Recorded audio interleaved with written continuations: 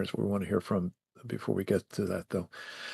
One is another individual, as I mentioned earlier, who was instrumental in, I think, helping prepare and participate in this important program, Maria Bartiromo's special, The Enemy Above. That would be Roger Robinson Jr., another very important contributor to these programs and the work of the Committee on the Present Danger China, a man who served President Reagan as his senior director for international economic affairs on the National Security Council. He had a very substantial role in helping President Reagan craft the strategy for taking down the last totalitarian communist regime that sought our destruction, namely the Soviet Union. Subsequent to his time in the Reagan administration, he served for many years, both as the chairman and the vice chairman of the U.S.-China Commission on Economic Security Review Commission, a wonderful sort of source of second opinions that the Congress has mandated and supported over the years. It's often done very important work in challenging what we've been assured is true about the Chinese Communist Party and its activities.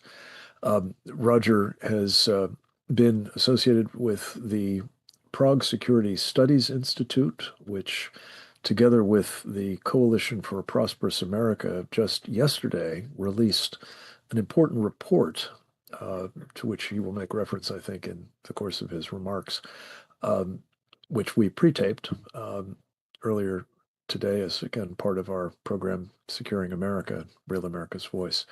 We're going to go to his video input for today's program and thank him for that he rendered on Maria's earlier in the week. Let's go to Roger Robinson's video now. There's no question that China is determined to achieve space hegemony.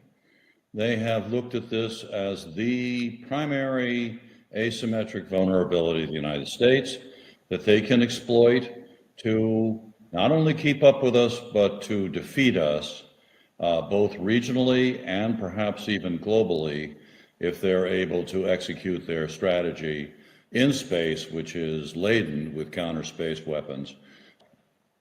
So consistent with this goal, you can imagine their determination to win the moon race, which we have been hobbled in our technical ability and as well as funding.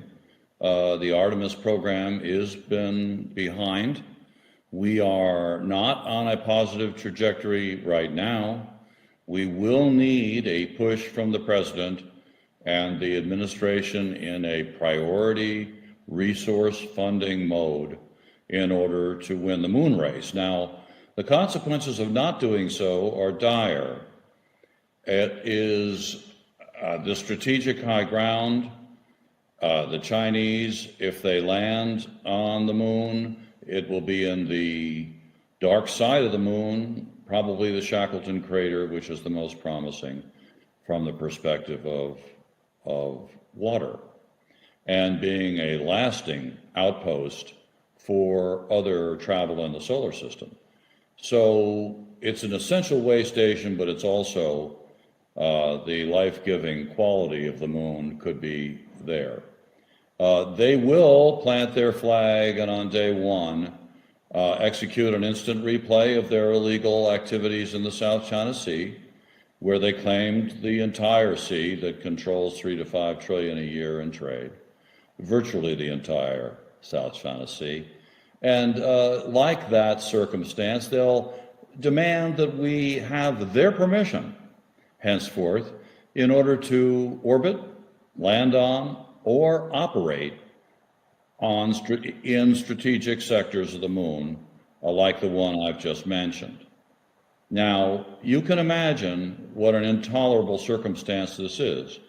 I think they'll bring direct ascent missiles, co-orbital ASATs, They will bring high-energy lasers.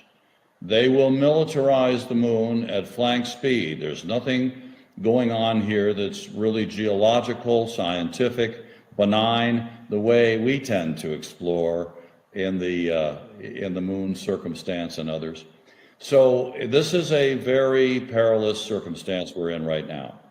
And so you can imagine with Golden Dome as well, trying to protect our country from incoming ICBMs, largely through space-based sensors and systems, what it would be like to have a set of missile systems beyond the Golden Dome, looking down on it from the ultimate high ground of the moon. So there are lots of different dimensions to this. Palmer Luckey of Anduril Industries in the documentary special, The Enemy Above, that you were just referring to at Fox Nation, hosted by Maria Bartiromo, stated very plainly, this is an aircraft carrier times 1,000. Now, I probably would use a little different analogy, but the point he's trying to make is this is the immensity of the strategic value of getting to the moon. First, it's a job that has to be done by us, as we've risen to other such challenges in the past, when the chips are down, and they are down now. This is something that the president and the administration has to enunciate, in my opinion, right away in a kind of Manhattan Project Los Alamos context, if we're going to ensure victory in the high frontier. And I would just point, Frank, to a report that we just completed at the Prague Security Studies Institute after 15 years of steady research on the matter, as well as our partner, the Coalition for a Prosperous America. It's on both of our websites. In the case of PSSI, it's pssi.cz and prosperousamerica.org. But you can get your hands on this 17-page study. Why it's important. We talk about the relationship between what's going on up there and what's going on here on Earth. I would just say a quick word about what the Chinese are doing in the space domain on Earth. We looked at their efforts to penetrate 123 aspiring space nations, folks that don't have much money, that don't have much technical skill. And their approach to an international space partnership, as they called it, which are proliferating to scores of countries as we speak, is along the following lines. They'll come in and say, look, have we got a deal for you? We're going to get you the satellite. We're going to provide launch services. We're going to build the ground station. We're going to give you our positioning, navigation, and timing service, PATO. We'll get back to that in a moment. We're going to give you the operating personnel, the training, and subsidized financing, so that it's just $10 down and you've got yourself a space program. There are a couple of small caveats. One, you will have sole source contracts with us henceforth, meaning your space sector is now ours. And the second is that you'll be voting with us in all multilateral space fora, particularly those that control the governing standards and norms for space. We want those to be our terms of references, not the democratic countries of the world. So thanks in advance. You'll be signing on with us in an effort to achieve those majorities in places like the UN. So that's what we found here.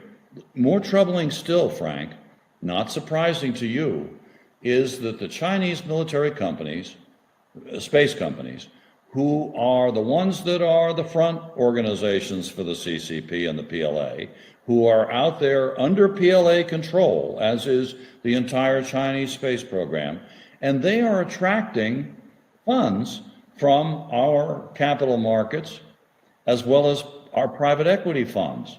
They have a number of subsidiaries, if not the companies themselves. that are listed on various exchanges in the world. We're buying their stocks and bonds, if you can believe it. We are funding in no small part the Chinese military space program today, run by the PLA. We are funding our potential demise in the moon race. Now, it sounds like a grandiose statement. It sounds a little bit of hyperbole here, but I can demonstrate all of this with empirical fact. That's the beauty of finance. It's a two-party thing. We can prove what we're saying, and this is the way it is. So the folks in the audience right now, unwittingly, in their index funds in particular, are helping fund and fuel the Chinese space hegemony that they seek, the moon as their domain that they seek. And it is Wall Street, yet again, and the private equity companies that you need to look to, both asset managers, index providers. They loaded up on thousands of Chinese companies that are in our markets, some 5,000, that are sitting there collecting money and being traded in the world's most prestigious markets, which gives them entree everywhere in the world with our good housekeeping seal of approval. You know this, but you do, as you properly pointed out, need to look at this holistically. This is of a much bigger piece of funding the PLA and its modernization efforts through billions, scores of billions of dollars annually, without which they couldn't be anywhere near the peer competitor threat that they are. Roger Robinson, thank you. I'm so appreciative that you were able to tie in that bit about the financing of our demise. That is a hallmark of course, your work and that of our Committee on the Present Danger, China. We're going to hear from another member of that committee, Captain Fennell and Rick Fisher, I'm very pleased to say, are also